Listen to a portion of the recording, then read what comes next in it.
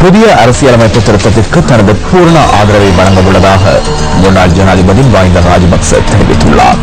கொழும்பு தனியார் வைத்தியசாலை ஒன்றிற்கு நோயாளி ஒருவரை பார்வையிட வந்த சந்தர்ப்பத்திலேயே முன்னாள் ஜனாதிபதி இவ்வாறான கருத்தை தெரிவித்தார்.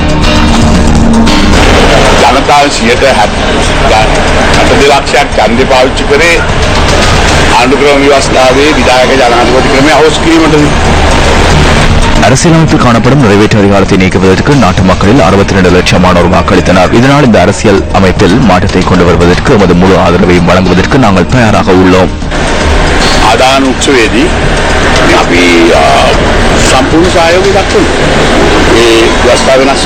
நீங்கள் புதிய அரசியலமைப்பு திருத்தத்திற்கு ஒத்துழைப்பு வழங்குவீர்களா? நிச்சயமாக. அரசாங்கத்தினால் முன்வைக்கப்பட்ட யோசனைக்கா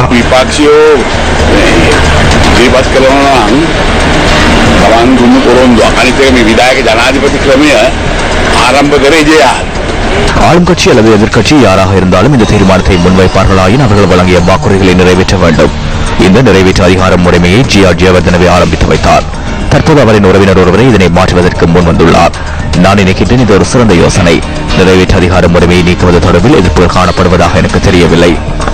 தனது அரசியல் நடவடிக்கைகளை ஜிஆர் ஜெயவர்தன அரசியலமைப்பினூடாக முன்னெடுத்தார். அதுபோன்று ஆளும் கட்சியும் தனது நடவடிக்கைகளை தாம் மாற்றுவதற்கு எதிர்பார்க்கும் புதிய அரசியல் அமைப்பினூடாகவே நடவடிக்கைகள் எடுக்க வேண்டும். அவ்வாறு இல்லாமல் குறுக்கு வழிகளை அரசியல் நடவடிக்கை முன்னெடுப்பது தவறு.